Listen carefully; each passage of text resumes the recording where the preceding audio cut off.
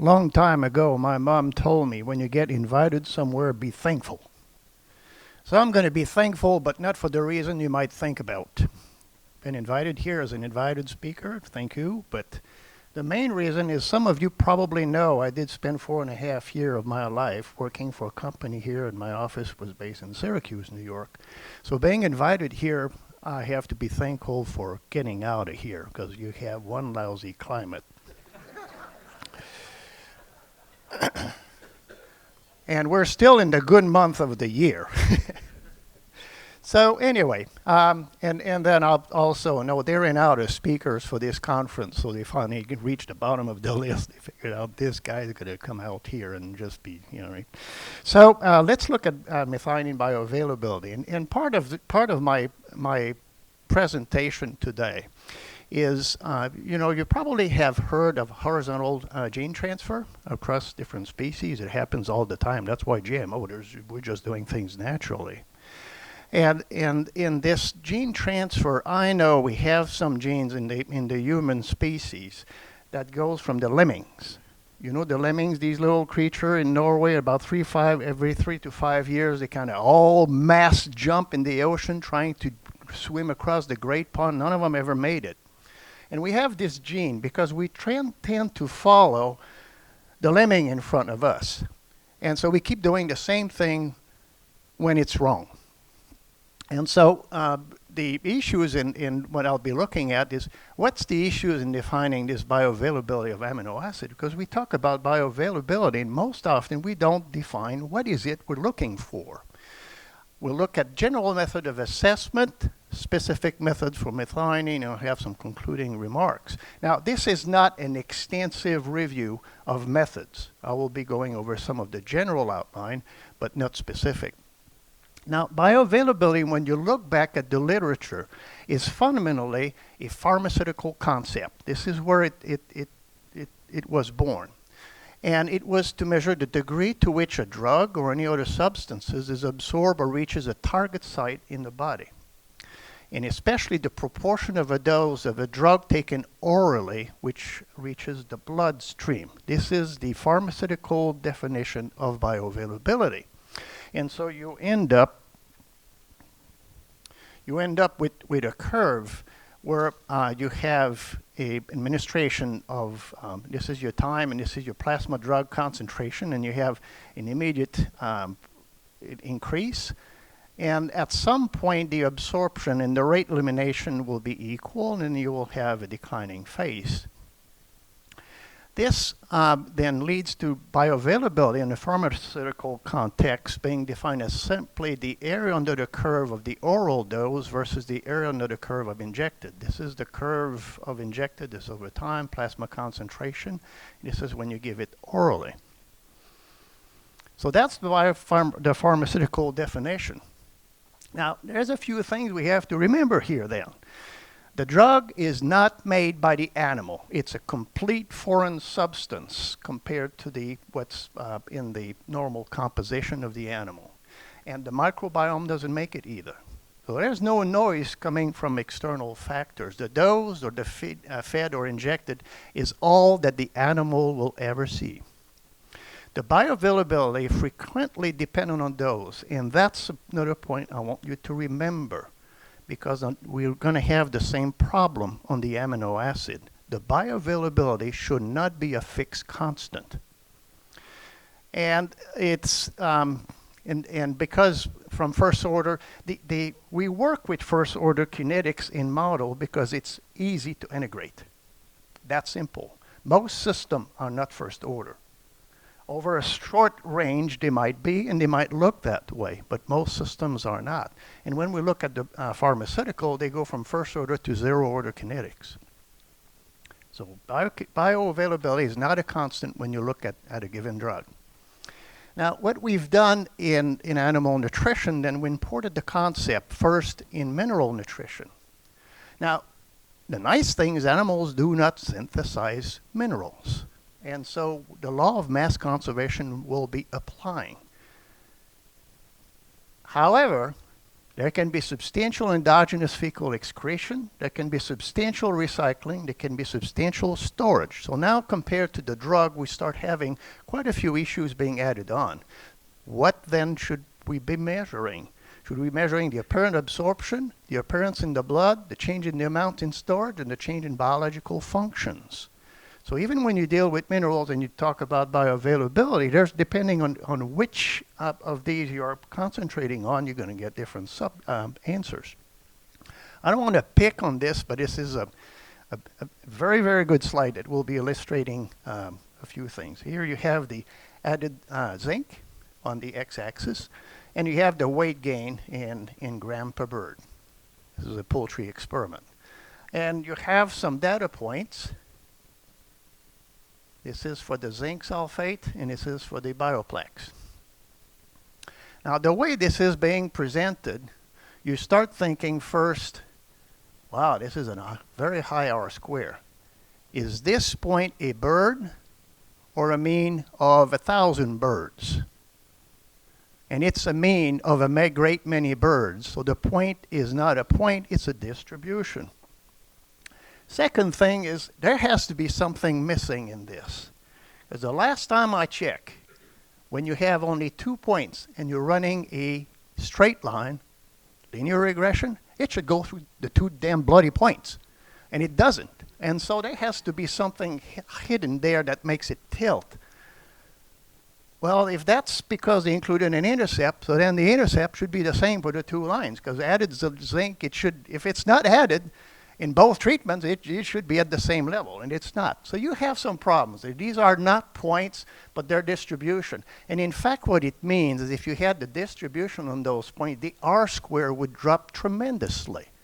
And suddenly it would make you much less confident about the answer that you're getting. Linearity is assumed in this context. And I just kind of eyeball the response that you have here for this treatment. And I don't know about you, but I'm not sure if it's linear or not. Biology generally does not operate linearly. Now, lastly, I look at it. This is a published paper. And here, this is the intercept, 6,782.4. And there's no way. There's absolutely no way. The decimal point was put at the wrong place. There should be 678.24. That changes a little bit the data you're going to have. All right. So, linearity or not. Let's look. If you, here's my point about linearity. If you go in Illinois and you stand in the middle of the field, the earth will look flat to you. Because as far as you can know, you can look around, everything looks flat as a pancake.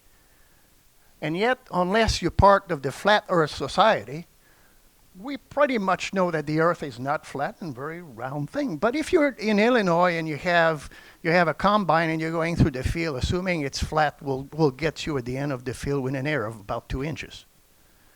But if you're planning to drive from Los Angeles to New York, assuming that the earth is flat, will get you in trouble. And in fact, with there's actually, it does exist. The Flat Earth Society exists. There's a branch in the United States of people who firmly believe that the earth is flat. Now, a couple years ago, they had a meeting in Washington, D.C. All these people boarded a plane somewhere which works on a GPS system based on the earth not being flat, and they arrive in Washington, D.C. And yet, I guess it escapes them that if the earth was flat, they should not be in Washington, D.C. You see what I'm saying is when it's sometimes, by the time you have some billion people on planet Earth, you're always going to find some goofy one somewhere. All right. Now, here you will forgive me because I took the data from this.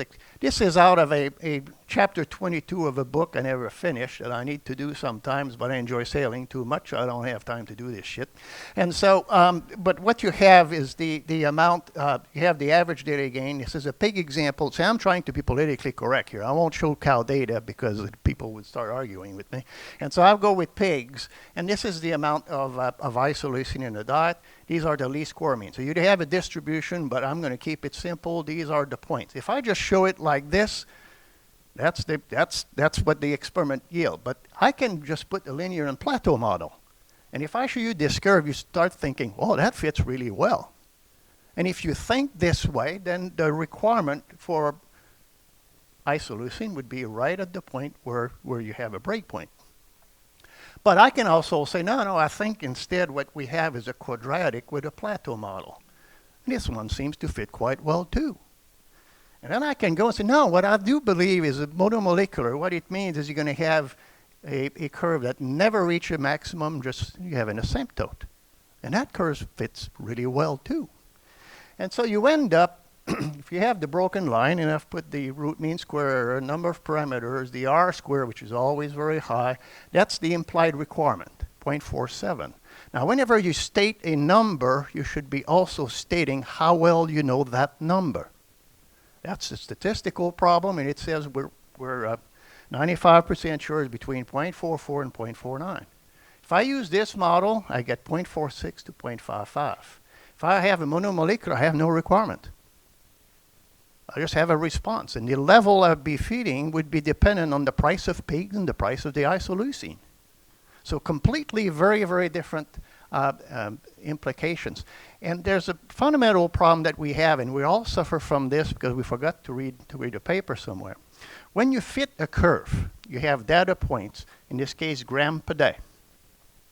And you fit that curve using some function, and we don't know what the true function God is implying in this biological system. There's different functions we can use. All of these can be unbiased predictors of the gain per day. But the slope of the curve will be very biased unless you have specifically the true functions that God intended. And we never know that. And so as we fit functions and we take the derivative of that function to estimate the slope, we have very, very biased slopes. And that's a statistical problem that is unresolved at this point. I spent 30 years trying to find solutions to that. That's why I'm retiring, because I didn't solve it.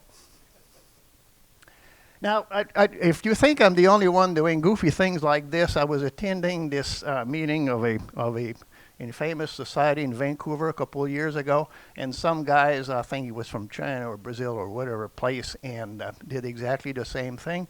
And then they end up with putting requirements in term conclusion, and you pick up the one you want. And why we keep putting 95% asymptotes on quadratic escapes me, but anyway, that's something you can do. Now, if we move from mineral to amino acid in cattle, problem that we have is animals do synthesize amino acid. Even some of the essentials will have some synthesis. It's just they're essentials because they don't make enough. Worse, when microbes do synthesize essential amino acid, the law of mass conservation no longer applies. A methionine-free diet results in net absorption of methionine because of microbial synthesis.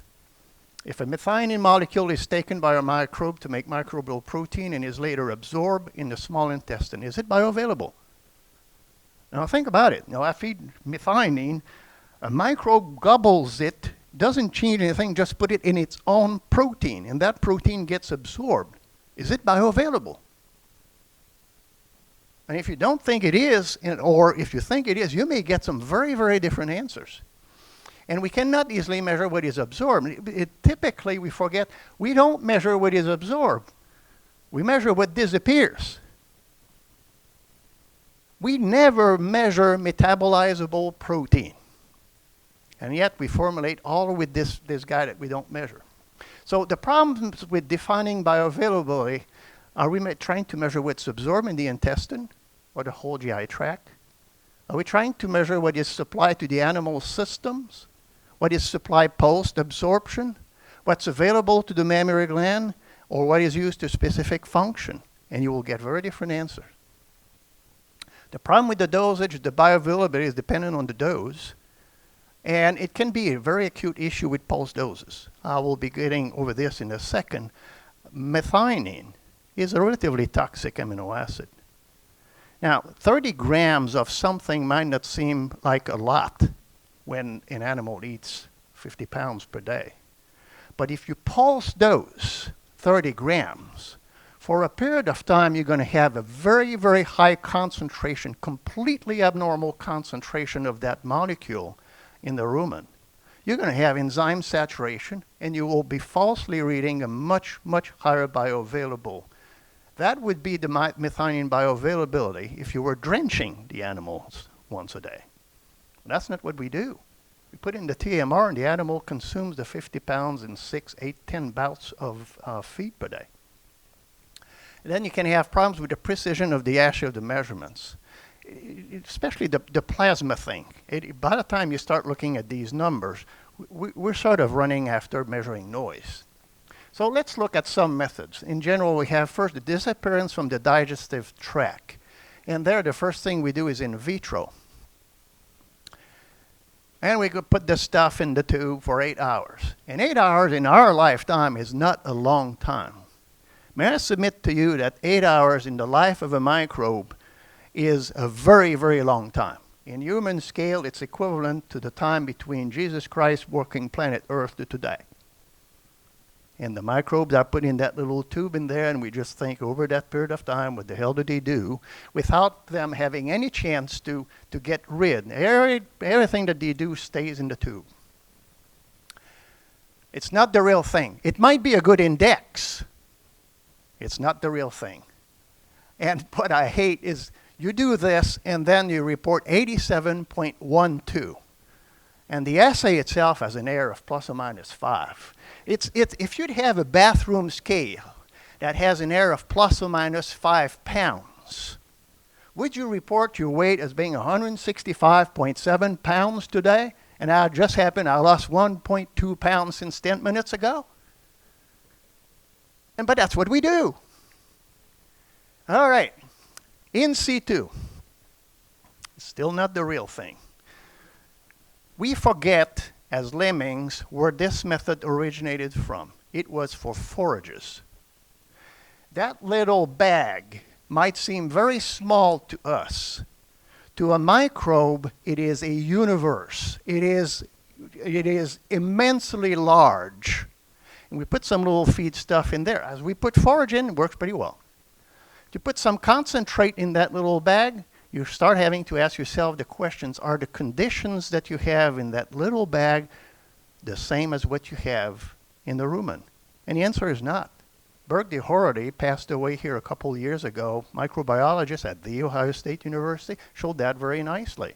So only the conditions you have in that little bag are not what are the conditions averaging over the whole rumen. Now, once you start putting something, most of my methionine are protected using some fats, and you put that in that little bag, you're asking the microbe to travel across a universe that it really doesn't like. It's like I've put you at one end of the Sahara Desert, and I ask you, walk across, boy, and no beer, no water, nothing. Just have some fun. Not going to walk it, and the microbes don't. And so we start measuring things that are not realistic of what is happening in real life. And so now we can go with some in vivo method, and these per experimental unit get to be very expensive. And that's the point, because if we want to improve the precisions of those methods, we would have to use a great many number of animals that are themselves very expensive. Now, another problem with the universities is the overhead is charged as a percentage. And so when I say it gets very expensive, no, they get 50% of something that gets more expensive. Now, with The Ohio State University, the fun thing that I have is I keep getting the email. I'm emeritus professor, so I keep getting the shit that they send to everybody. And yesterday, what I learned is the indirect costs at The Ohio State will be going from 52% to 65%. And you wouldn't believe the reason for this is to make them more competitive with the rest of the universities. So that means you guys selling some stuff around here, if you want to be more competitive, you have to raise your prices. That's the world of a university. Anyway, so I'm digressing. We can use appearance in the bloodstream. We measure the amount present of blood, but the problem is the amount in the blood or the plasma of an amino acid is very, very small compared to the whole flux that you have during a day. You're measuring the combined entry and clearance rates in the blood pool, and you have large interaction between those amino acids. Now, here you can work either with a pulse dose, which means you will be working for outside normal physiological states, and it will require many samples in assay. Or you can go with steady state and infusion, and at this point, you're measuring noise or interaction between amino acids. Now, here's the thing. I work for Perdue now, and in case you don't know, we grow a few chickens. In a year, we grow a few chickens, you know, and you would, I know poultry nutritionists are a little slow, but if all you had to do is bleed the flipping animal and just measure the amino acid in the blood or plasma, you would think they would, by now, after 50 years, they would have figured that out, and we don't. And so I don't know what makes people think that with the cow it's going to work. We can measure stimulation of defined physiological function like milk protein concentrations or yield, and this has been done a lot in dairy nutrition. I'm going to give you an example. I was involved in this trial. It was run at the University of New Hampshire, and I'm going to show you what the inherent problem is. We had 4 sources of protected methionine. And I'll just present from 2 sources. And the reference source was Smartamine M. 40 cows in total in 8 5x5 Latin squares, 5 levels of methionine for each source, and 50 observations per source. So this is in terms of scale of trial. There's a lot of observations being done. Now, the methionine here for Smartamine M, you have the response of protein either in grams per day, and you can fit either quadratic curve or linear with plateau model, and you can express the protein as in percent. You get the same thing, big discovery. Now the slope in this case, what is troubling is these you see these are distributions of outcome, and there's only 3 of the treatments that are used to determine the slope. All the other observations that you have here are completely irrelevant regarding the slope. So you end up trashing. In other words, you want to measure the slope, but you end up having observation that serves absolutely no useful purpose by the time you're done. Now, when you go, the other thing I'd like to point out is, see, the error that you have here is 17% of the slope. Hardly very precise. Now you can do this with the source B, which I won't disclose what it is, and you also get a slope that was less. So the idea that you do, the relative bioavailability then would be the slope of the test product B over the slope of the reference, and you get 53. So people would then quote and say, then the source B has 53% the bioavailability of Smartamine M. And as a scientist, you should interrupt me here and there, right here, and just say, how well do you know the 53%? What's the error on that estimate? Well, it's a ratio of 2 random variables. This is approximately the variance of a ratio. So you memorize this, it will be on the test. And the relative bioavailability then becomes 53. The 95% confidence interval is 27% to 79%. Now, the absolute bioavailability then becomes the relative bioavailability multiplied by what we think the bioavailability of the reference source is. And then we would say, okay, so then the absolute product B would have 42% bioavailability. But now you have a product of 2 random variables, and this is the variance of a product of 2 random variables, approximately. And then we end up saying, okay, the absolute bioavailability is 42%, and we're quite sure it's between 20% and 65%. Now, we had 50 observations per source, 40 cows, and all we can say the bioavailability of B is likely between 20 and 65%. You had to spend $250,000 to figure that out. I could ask my dog, and he would have said about the same thing. And so it is a highly imprecise measure, and the more cows you add does not improve your estimates that you have in here. Gets scary.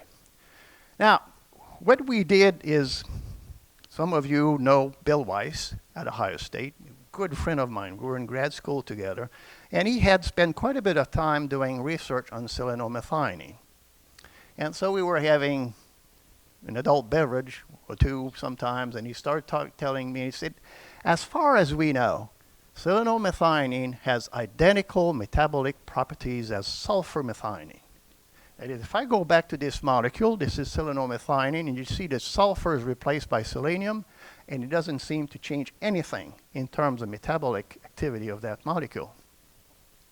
So we started thinking, well, then we could use the selenomethionine as a marker to measure how much methionine appears at the mammary gland. That will be important to remember. We are trying to measure what did the mammary gland see. Now this is how it works. So if I look at the plasma of a cow, fed a control diet, and in this case I'm just saying, okay, I have 30 units of regular sulfur methionine in green and 10 units of selenomethionine in red. From what we know, and if the milk uses 20 of these units, it will be in exactly the same ratio in the milk as what you have in the plasma. Proven, demonstrated, this is no longer an area of conjunction. Okay, now if I go and I add some supplemental methionine, and there's 10 units in there that are bioavailable that will enter the blood plasma pool, then the plasma will have no longer a ratio of 1 to 3, but will have a ratio of 1 to 4, because this is not selenomethionine that I'm adding, just plain the L-methionine. And if the milk uses 20 of these units, I will find in the milk a ratio of 1 to 4. I have changed the ratio of selenomethionine to total methionine in the milk, exactly in the proportion as what happened in the plasma. Now, even if the cow has a response and start making more milk proteins, and the ratio will remain the same at 1 to 4. The algebra behind this is in the paper that was published in 2009. I'll spare you with that. But this is basically the diagram that is in there. And so we did an experiment to validate the methods. That is, we're going to be infusing the methionine and then looking at what happens, and because now we know exactly how much methionine entered the plasma pool. So we used 6 rumen cannulated cows, balanced crossover design. All cows were fed a diet supplemented with 0.3 parts million of selenium from seleno yeast, and we had 2 infusion treatment. So everything was infused either tap water or 9 liters per day of a solution containing 1 gram per liter. So we were supplementing 9 grams of methionine. 14 days period, last 4 days were used for the infusion. If you use and feed selenomethionine, the selenium in the milk will immediately and very significantly, unmistakably, will go up. And this is measured here as when it was fed as selenate on day 15, day 24, and day 29. Now these are the results. There's quite a few numbers there. And the point being, this, if you followed exactly what we wrote, is you should be measuring selenomethionine in milk and methionine in milk. And these assays are relatively expensive. And what we showed is you don't need to do that. You can measure milk protein because the proportion of methionine in milk protein hardly changes. And you can use just plain selenium because the relative ratio of selenomethionine to selenium will remain the same. And so you end up here where you have your control and you have the infusion, and you see what it did. The milk selenium over milk nitrogen drop. It is exactly what we said it should be. Remember the slide said you're going to go to a ratio of 3 to 1 to 4 to 1? That's exactly what's happening. You have a dilution because the entry of selenomethionine remained constant. You have a larger entry of methionine, and therefore you should have dilution in the milk. Now, it's not very precise. In this case, what it says is we have increased by 19% the amount of methionine entering the cow pool. If we assume that all the infused methionine is absorbed, and we do a bit of calculation, we're basically saying, well, the cows has seen an entry of 47.4 grams per day based on CPM or NRC. We're somewhere in the same ballpark. Now, the assumptions we make, that's important because how you're going to implement this will be important as well. The entry rate of methionine is not influenced by the entry rate of selenomethionine. Now, the entry rate of selenomethionine is at most 0.04%, and so it'd be pretty unlikely that this would be an issue.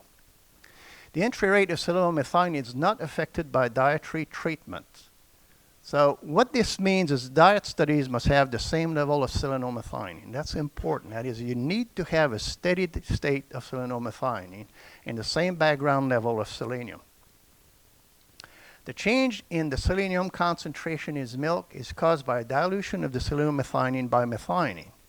And this is not necessary if the selenomethionine is actually measured. But that's an expensive assay, it requires a mass spec, and so you have to be a little careful here. Now, the point, or some of the features that I like with this is we don't have to do surgeries on cows. I've done some of the duodenal cannulated cows and rumen cannulated cows. You start looking at those, and you need a bit of imagination at times to think these are normal, regular-looking cows. Their lifespan is actually shortened quite a bit. Does not require methionine deficient diets. We don't have to run things in a model and say we think they're methionine deficient, let alone that I don't know what a methionine deficiency is. I don't feed a cow, I feed a group of cows. I feed a pan or I feed 15 cows per treatment, all very different. Now, one thing I learned with the chickens that we feed, they're almost the equivalent of the hybrid corn that you have in the field. Their genetics is from the crossing of highly inbred male lines with highly inbred female lines, and so the chickens that we grow are almost genetically identical. The cows that we feed are nowhere like this. They have all sort of difference in genes. They are not the same. And it shows by the time you feed a pen of cows that average 100 pounds of milk, you have cows at 75 pounds, you have cows at 125 pounds in there. So which cow is your target cow? So basically the response that you get, the least square mean that you get is the average response that you have over all the cows that you have using the experiment. It does not require methionine to be used for a specific function. We're just measuring whether the mammary gland will do anything with the methionine showing up doesn't matter. We're just measuring essentially what is showing up at the mammary gland. Does not require dry matter intake, milk yield, body weight. It's a very simple experiment, but we need to ensure steady state.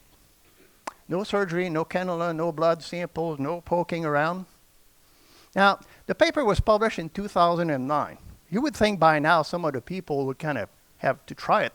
And the number of references right now in the scientific literature is rather pretty dismal, especially if you consider any cited references by not the authors of the paper in question.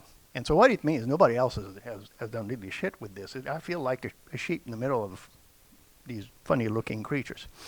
All right, so to make this work, you need a constant entry rate of selenomethionine. So you need a diet that is constant in selenomethionine. And you need a steady dry matter intake. You don't need to measure it, but it needs to be steady. So that means summertime is not a good time to run this because suddenly if temperature goes from 80 to 95 degrees Fahrenheit, intake drops, you're going to screw up all your results. You have to feed seleno yeast minimum of 7 days before the treatment so that you get this steady state. Simple milk from 4 or 6 consecutive milkings. You can pool the sample by weight.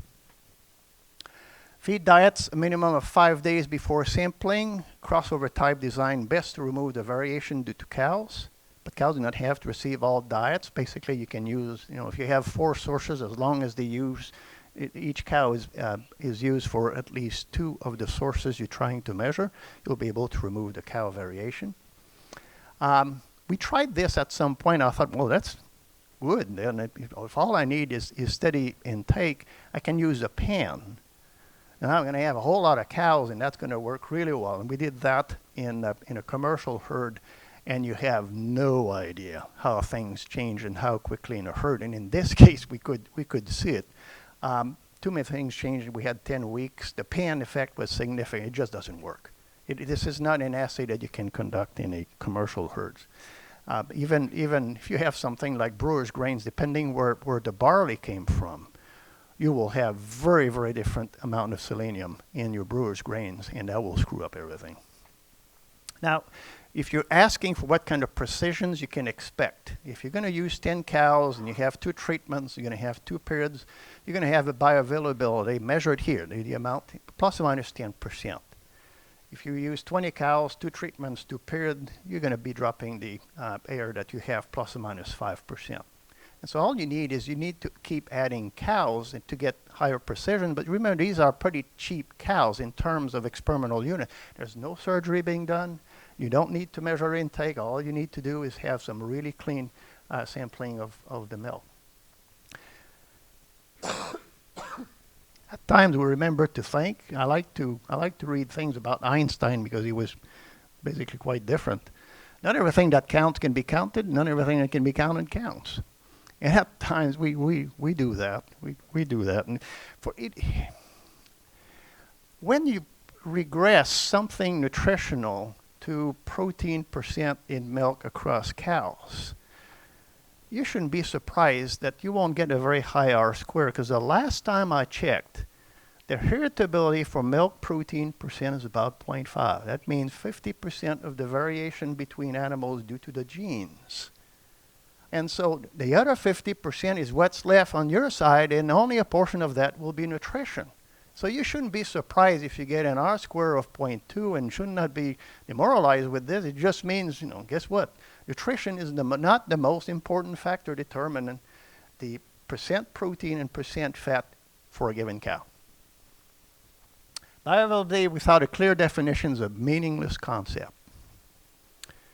And that was taken from my back porch at home. So I've moved now out of beautiful climate of central Ohio in the wintertime, slightly better than what you have in Syracuse, New York. And I live on an island middle of Chesapeake Bay. First telephone arrived on the island in 1967. So if you hear that the world is coming to an end, come and visit me. You're going to have another 50 years to live. Thank you.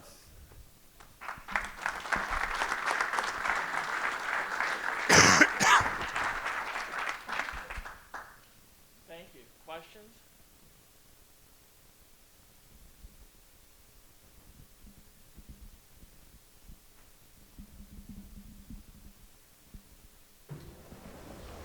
So how many times has that technique been used? How many times has that technique been used?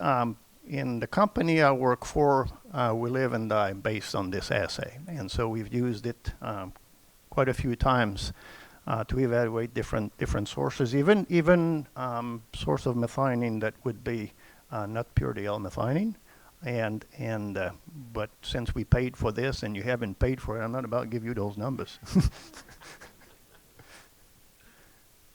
The rest of it you would have to ask, especially Bill Weiss, I think at Ohio State has run it a few times.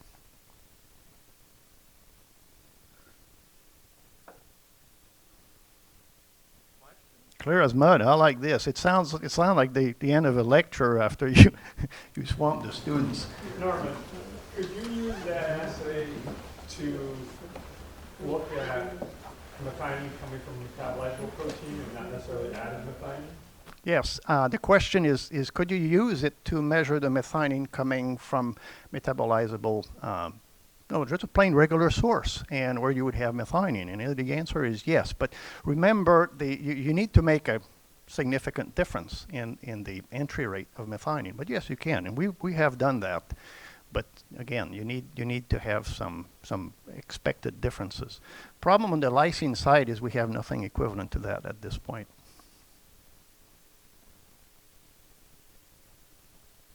All right, thank you.